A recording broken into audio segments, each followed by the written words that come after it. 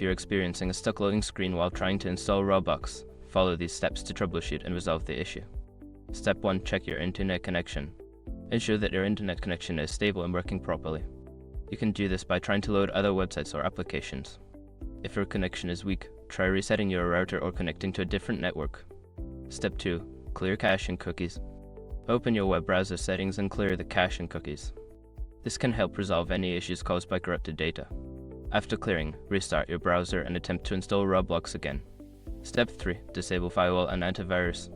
Temporarily disable your firewall and antivirus software as they may be blocking the installation process. After disabling them, try to install Roblox again. Remember to re-enable them once the installation is complete. Step 4. Update your graphics drivers. Outdated graphics drivers can cause loading issues.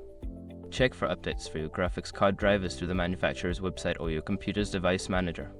Install any updates and then try launching Roblox again. Step 5. Reinstall Roblox. If the above steps do not work, uninstall Roblox completely from your device and then download the latest version from the official website. This fresh installation can often resolve persistent loading issues. By following these steps, you should be able to resolve the stuck loading screen issue and enjoy Roblox without interruptions.